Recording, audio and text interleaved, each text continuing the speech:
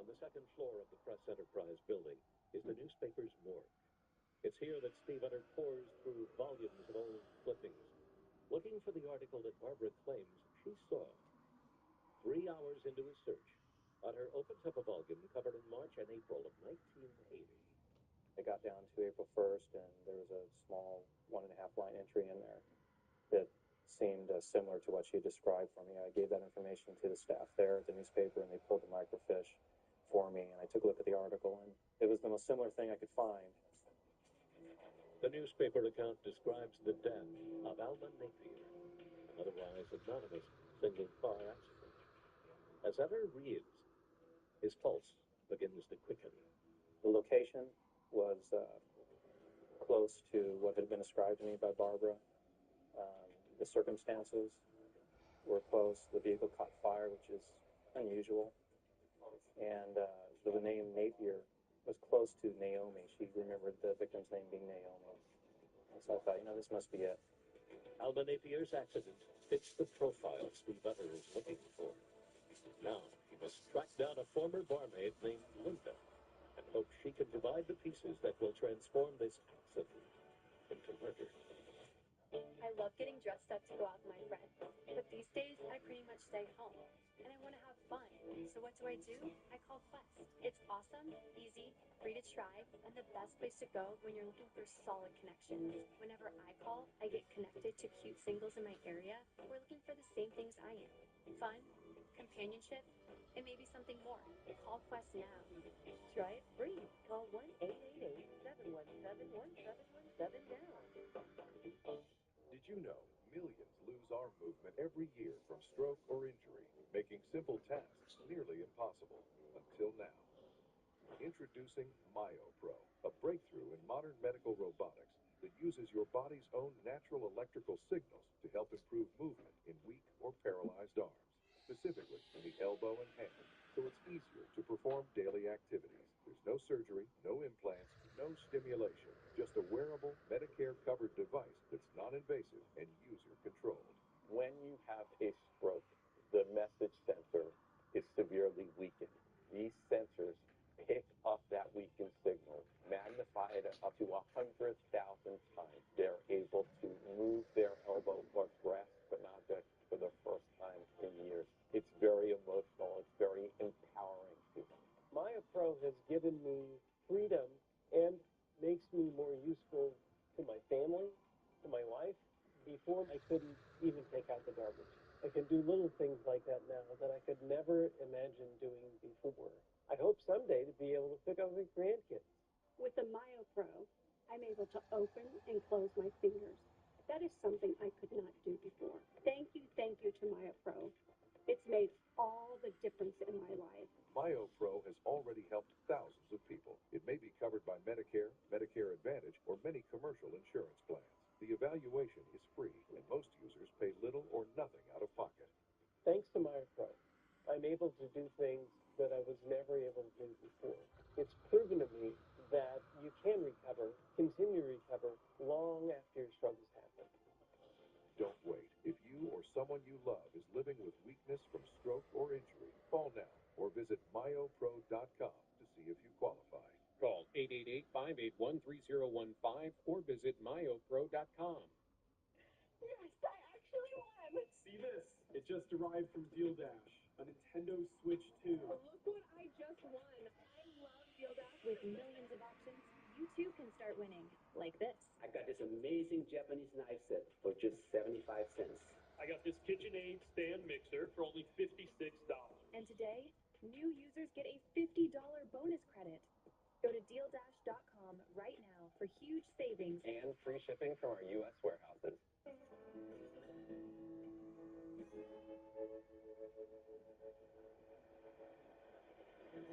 Rising from the dust of Highway 79 is a relic from California's past.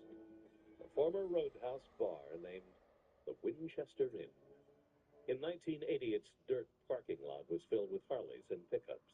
The kind of place where blood mingled with beer on the sawdust floor. And a pool cue was a handy thing to have, even if you weren't shooting a game. Steve Utter believes the barmaid he's looking for once worked here at the Winchester. A discussion with the old owners turns up a possible name, Linda Parrott. Utter runs Parrott through the state database and gets a hint. The former barmaid has a history with the law, but not what he expects. Parrott is currently a witness in an unrelated murder trial. The victim, her daughter Michael. The first thing I did, since I knew her daughter was a victim of a homicide, I went to the Crimes Against Persons Bureau with the Riverside County Sheriff's Department, and I contacted Detective Bob Creed, who was handling that investigation.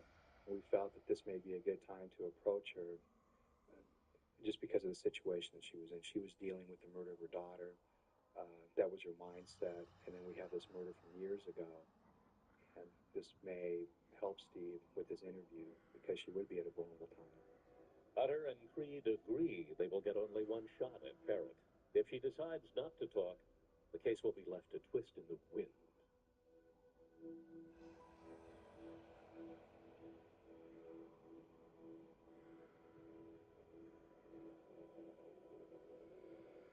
On May 27, 1998, Utter, Creed, and Deputy DA Michelle Levine sit down with Linda Parrott. They're barely past the introduction when Utter reveals his reason for being there. I'm here about another investigation that we're conducting. I'm looking at something that happened a long time ago. Okay, we need to go way, way, way, way back to 1980, to when you were a waitress at the Winchester Inn.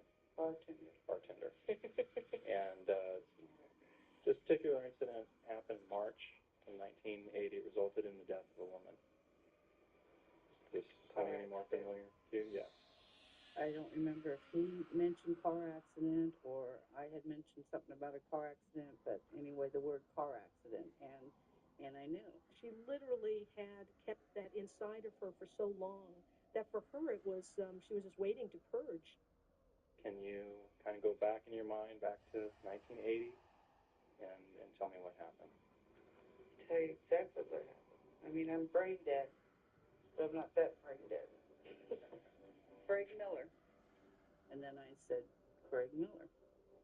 Because that was the name, that was the one thing that had stuck with me for 18 years, was that name. As Linda Parrott talks, the memories return, and Steve Utter's case finally begins to take shape. It begins exactly where Utter thought it would, inside the Winchester Inn.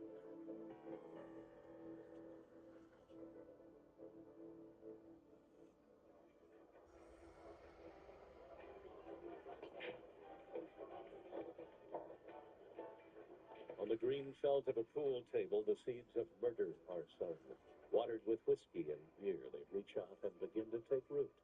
The first flower of trouble appears when Linda Parrott hooks up in a game with a young woman she doesn't know, a woman named Alma Napier. She didn't like the way I was shooting pool. In other words, she was getting beat, and she was getting upset over it, and she kept at me about the pool game, and it's like, I don't really want to get into a fight tonight, so I just left the table and went back up to the bar. Craig Miller waits at the bar, along with another man named Mark Ackerman. Parrott, Miller, and Ackerman have a few more beers, and a little past midnight, the three leave the bar. Linda and Craig get into his pickup. Ackerman gets into his own car. Both cars head out a dark road towards Highway 79 and Mark Ackerman's house. Sampson Road, we noticed that somebody was behind us with their headlights off. So Craig went on up the road and he flipped a U-turn to where his headlights were shining on the car, and we saw it was her. Her is Alma Napier, sitting in her car, apparently waiting for the two cars to pass by. The caravan of three cars heads out onto Highway 79. After some jockeying, Alma Napier finds herself stuck behind Mark Ackerman's car with Craig Miller's pickup in her rearview mirror. That's when Miller begins to accelerate. He just started hitting the back end of her car, but their speeds were staying like even. So no matter how fast she went, he stayed right behind her and just kept tapping the back end of her car. For 5 miles, the game continues. Taps on the back of Alma Napier's car, each a little harder than the last. Each delivered at speeds approaching 50 miles an hour. Garrett remembers those final moments, sitting in the pickup, watching Miller's hatred for women find its way to the surface. And after she got in front of him, then you could see the adrenaline pumping. I could see the veins in the side of his neck just throbbing. And that's when it became intense, because it was like, well, who in the hell does she think she is? A little less than 10 miles from the Winchester Inn, Highway 79 takes a dip down and to the right. As the caravan of three cars approaches the curve, Craig Miller digs his bumper a final time into Napier's car. Timing is perfect. Alma Napier has no hope of keeping her tires on the road. When he hit the car, all I saw was her fly over to the right side of the road. She hit the dirt, and you could just see the car just flipping. Inside the pickup, Linda screams while Miller pulls over. They both walk down into the ditch. The night is thick with the smell of gasoline. Miller scratches open a lighter and tosses it into the overturned vehicle.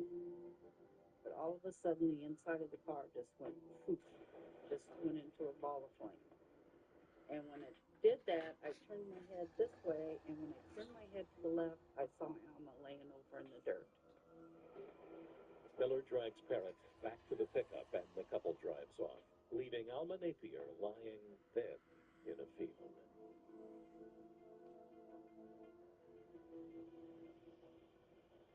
Parrott's eyewitness account coincides precisely with the story Craig Miller had told his ex-wife, and the scant physical evidence available from the wreckage. Miller is arrested and charged with second-degree murder. Unlike his sex offenses, Miller this time gets no break from the system.